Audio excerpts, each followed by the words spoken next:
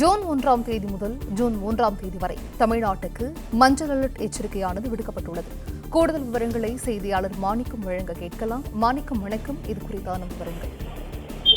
தமிழ்நாட்டில் இன்றைய தினமும் கேரளாவில் தொடங்கக்கூடிய தென்மேற்கு பருவமழை தொடங்குவதற்கான சாதகமான சூழல் இருப்பதாக வானிலை ஆய்வு தெரிவித்திருக்கிறாங்க.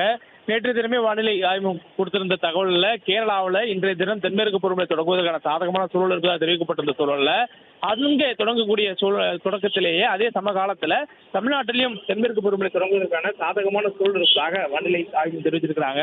இந்திய நிலப்பரப்பில் கேரளாவில் தொடங்கக்கூடிய தென்மேற்கு பருவமழை நாடு முழுவதும் முன்னேறி வரக்கூடிய 15 நாட்களுக்குள்ளாக நாடு முழுவதும் முன்னேறுவதற்கான சாதகமான சூழல் இருப்பதாகவும் தெரிவிக்கப்பட்டிருக்கிறது. இந்த சூழலில் தமிழ்நாட்டில் இன்றைய தினத்திற்கு கனமழைக்கான வாய்ப்பு இருப்பதாகவும் வானிலை ஆய்வு தெரிவித்திருக்கிறாங்க.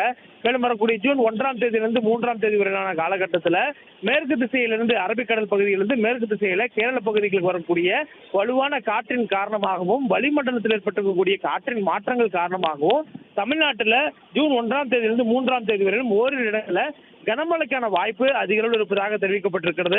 மேலும் அந்த நாட்கள் அந்த 3 நாட்களுக்கும் கனமழை எச்சரிக்கை காரணமாக தமிழ்நாட்டிற்கு மஞ்சள் நிற எச்சரிக்கையானது விடுக்கப்பட்டிருக்கிறது. இந்த ஜூன் மாத தொடக்கத்தில் 1ஆம் தேதி இயல்பாக தென்மேற்கு பருவமழை தொடங்குவது வழக்கமான நிகழ்வு. ஆனால் இந்த ஆண்டு 2 தினங்களுக்கு முன்பாக இன்றைய தினமே தென்மேற்கு பருவமழை கேரளாவில் தொடங்குகிறது.